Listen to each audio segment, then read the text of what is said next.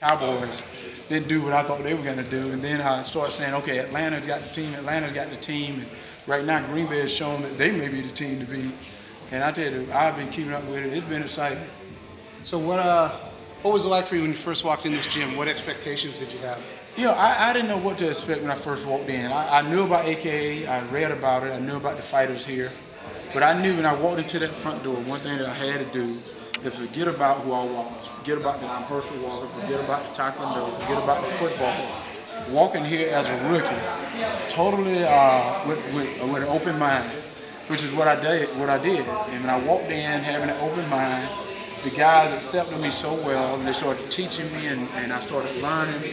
And you know, this is a team atmosphere in this gym. That's what makes it, I think, a great gym for me. Because you know, at the end, they have a little team meeting. They talk about what somebody may have done during the practice, good and bad. If you didn't do well for practice, they're gonna let you know about it. They don't hold back. No, that's one thing they don't do in this gym. They don't hold back at all. And I say there's a credit to the trainers, Javier, Bob Cook, and Dave Camarillo, because there's a lot of testosterone in this gym. The fighters that's here, there's a lot of good fighters here, so you know they're going to be up. But Javier and Dave and Bob, they keep everyone under control. Everyone has an opinion. Everyone can voice their opinion. So I think it makes it good. Herschel, talk a little bit about, you know, with your experience in MMA, in terms of the athleticism or the technique, because I've heard you say a couple times that you have to be a really great athlete. Well, MMA is a different sport. I think it's probably the best sport that I've ever competed in. When I first saw it, I loved it, and I thought these guys were some of the best athletes I ever seen.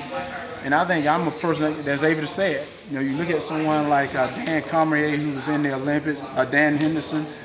You know, a lot of guys that competed on another sport, on another level in a different sport, they're able to say something like that. And, you know, and I competed on a lot of different sports at the highest level. And I can say MMA is probably the toughest sport I've ever done. And not just that, I think these guys don't get a lot of credit. People think that they're these brutal brutes that's just out there beating people up and us and all. They're very intelligent. When you step into that cage or that octagon, it's a human chess match. Guys not stepping in there thinking they're going to go over there and hit the guy in the mouth or across. No, they're stepping in with some type of game plan. Just like in football, they have a game plan. But they got to have a game plan that's able to adapt. Because they don't know what this guy's going to bring to the table. And I said it to someone earlier. I said in football, when I go out to play, I can make a mistake. And I may have a teammate that may cover for me. That quarterback may cover for me, or that offensive lineman, or that receiver. But when you step into that cage of this octagon, it's all you. So you better be on your P's and Q's. You better have put in the time in the gym. You just better be ready. And how do you feel coming out for this fight? Are you ready? I feel pretty good.